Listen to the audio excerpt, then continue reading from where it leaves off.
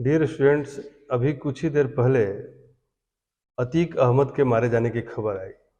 साथ ही में उसका भाई अशरफ भी मारा गया और अभी 2 दिन पहले ही उसके बेटे और उसके एक साथी, जिसकी उमेश पाल हत्याकांड में तलाश थी, उसकी भी एनकाउंटर में मौत की खबर आई थी। लेकिन ये 2 दिन के अंदर पहले असद का मारा जाना, फिर अतीक का मारा जाना कई मायने में महत्वपूर्ण है, कई सवाल पैदा करता है। सवाल हमारे लिए वह महत्वपूर्ण नहीं है कि क्या यह सही था या गलत था।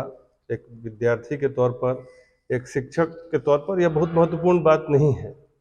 महत्वपूर्ण बात यह है कि परीक्षा में आपके लिए इसमें से क्या महत्वपूर्ण है, और वो सबसे ज़्यादा महत्वपूर्ण बात जो परीक्षोपयोगी है कि राजनीति में अपराध का बढ़ता ग्राफ और अपराधियों की राजनीतिक गतिविधियों में बढ़ती हुई भूमिका, यह हमारे लिए, आपके लिए गहन विवेचना का विषय है।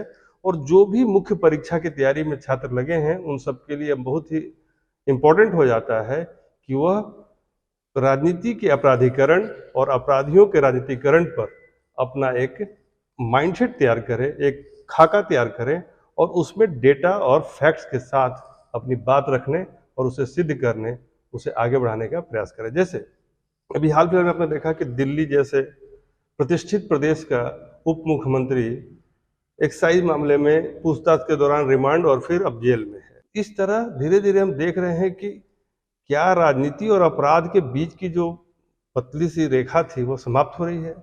क्या राजनीति और अपराध एक ही जैसे होते जा रहे हैं, एक ही सिक्के के दो पहलू हैं। ऐसी स्थिति में अतीक अहमद का मारा जाना एक घटना है, एक संकेत है भारतीय राजनीति में उस प्रस्थान बिंदु की जहां पर यह सीमा ही समाप्त हो रही है। क्योंकि देखिए, केवल अतीक अहमद एक प्रतीक है, प्रतीक इस बात का कि यदि आपने उसे प्रश्रय नहीं दिया है, यदि हमारे सिस्टम ने, हमारे तंत्र ने, हमारे समाज ने, हमारे राजनीति ने, जो ओवरऑल एक बहुत व्यापक बात है, यदि प्रश्रय नहीं दिया है तो कैसे वो, यदि जनता ने लोकतंत्र में उसे नहीं चुना है तो 5 बार वो विधायक कैसे बन जाता है, वो सांसद कैसे बन जाता है। किसी न किसी पार्टी ने तो उसे अपना सदस्य बनाया होगा। हमारे आपके बीच से कई लोगों ने उसे चुनकर संसद और विधानसभाओं में भेजा होगा।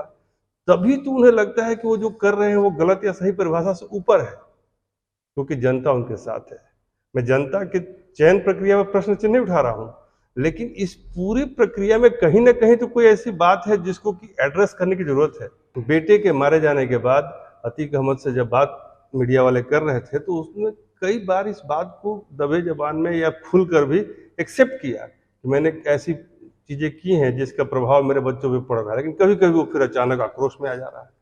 और एक या 2 दिन के बाद उसे मेडिकल कॉलेज में पेशी के दौरान, जो मतलब उसके मेडिकल कराने के लिए प्रयागराज में ले जाया जा रहा है, और उसमें अचानक मीडिया कर्मी के रूप में कौन लोग हैं वो शिनाख्त का विषय है और वह कहीं ना कहीं तफ्तीश का विषय है। लेकिन यह यदि हो रहा है तो गंभीर मामला है, यह चूक हुई है। क्योंकि कहीं ना कहीं सजा देने का जो मूल मंच है वह यह तरीका तो नहीं है।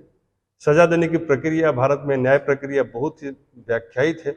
और सबसे बड़ी बात है कि हम अंबेडकर जी को कल ही याद कर रहे थे और आज ऐसी घटना होती है जो संविधान के पूरी प्रक्रिया पर पुनर्विचार के लिए एक बार मंच, व्यवस्था और प्रयास की जरूरत को आह्वान करती है। इसलिए मेरा फिर से कहना है कि विद्यार्थी के नाते आप राजनीति का अपराधीकरण और अपराधियों के राजनीतिकरण विषय पर अपना फैक्ट शीट, डेटा शीट तैयार करें, और इस पर मैं एक विस्तृत क्लास लूंगा। अभी फिलहाल इतना ही, धन्यवाद।